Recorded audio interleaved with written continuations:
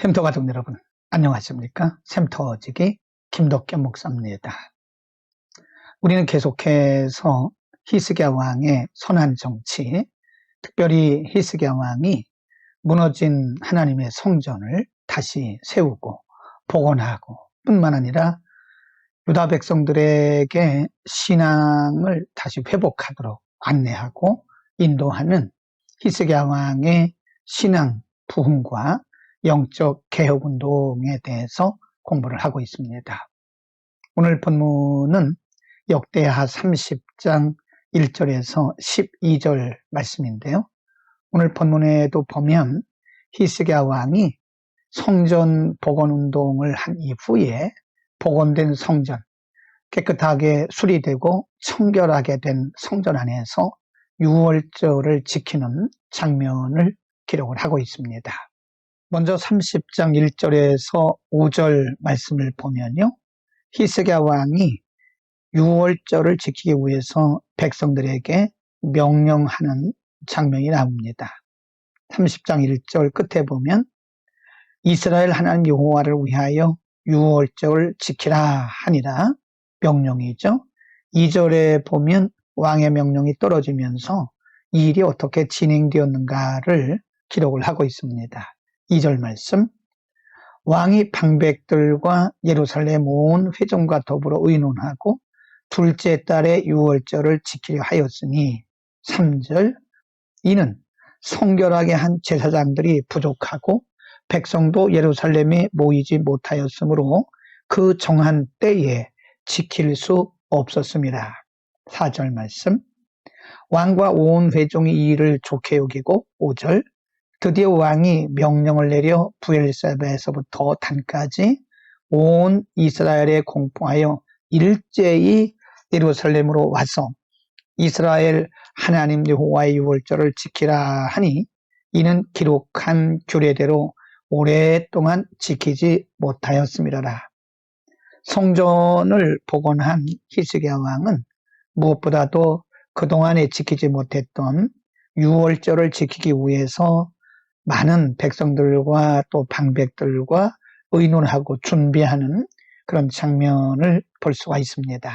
뿐만 아니라 30장 5절 이하에 보면 왕이 명령을 내려서 온 나라의 전국의 마을마다 편지를 보내는 그런 장면이 기록이 되어 있습니다. 6절에 보면 보발꾼들이 왕과 방백들의 편지를 받아가지고 왕의 명령을 따라 온 이스라엘과 유다에 두루 다니며 전하니 일러스되 이스라엘 자손들아 너희는 아브라함과 이삭과 이스라엘의 하나님 여호와께로 돌아오라. 그리하면 그가 너희 남은 자 곧 아수르 왕의 손에서 벗어난 자에게로 돌아오시리라. 7절, 너희 조상들과 너희 형제같이 하지 말라. 그들은 그의 조상들의 하나님 여호와께 범죄하였으므로 여호와께서 멸망하도록 버려두신 것을 너희가 똑똑히 보는 바니라. 그런즉 너희 조상들같이 목을 곧게 하지 말고 여호와께 돌아와 영원히 거룩하게 하신 전에 들어가서 너희 하나님 여호와를 섬겨 그의 진노가 너희에게서 떠나게 하라. 9절, 너희가 만일 여호와께 돌아오면 너희 형제들과 너희 자녀가 사로잡은 자녀들에게서 자비를 입어 다시 이 땅으로 돌아오리라. 너희 하나님 여호와는 은혜로우시고 자비하신지라. 너희가 그에게로 돌아오면 그의 얼굴을 너희에게서 돌이키지 아니하시리라 하였더라라고 기록을 합니다. 이제 30장 10절, 11절, 12절에는 편지를 받은 사람들의 반응에 대해서 기록을 하고 있습니다. 사실 오늘 본문에 보면 히스기야 왕이 남왕국 유다 백성들에게만 유월절을 지키라고 명령한 것이 아니고 북왕국 이스라엘 백성들에게도 와서 예루살렘에서 유월절을 지키자라고 그들에게 제안을 했고 편지를 북왕국 사람들에게도 전달을 했습니다. 그 결과 어떤 반응이 왔을까요? 오늘 본문의 그 반응에 대해서 기록을 하고 있습니다. 10절, 보발꾼이 에브라임과 므낫세 지방 갓 성읍으로 두루 다녀서 스불론까지 이르렀으나 사람들이 그들을 조롱하여 비웃었더라. 10절에 나오는 이런 지역, 에브라임 므낫세 지방, 각 성읍, 스불론 지역, 이 지역들은 다 북왕국 이스라엘 지역입니다. 북왕국 이스라엘 사람들은 와서 유월절을 지키자는 히스기야 왕의 명령이 적힌 편지를 받아보고는 그들은 전혀 반응을 하지 않고 도리어 조롱하고 비웃었다고 기록을 하고 있습니다.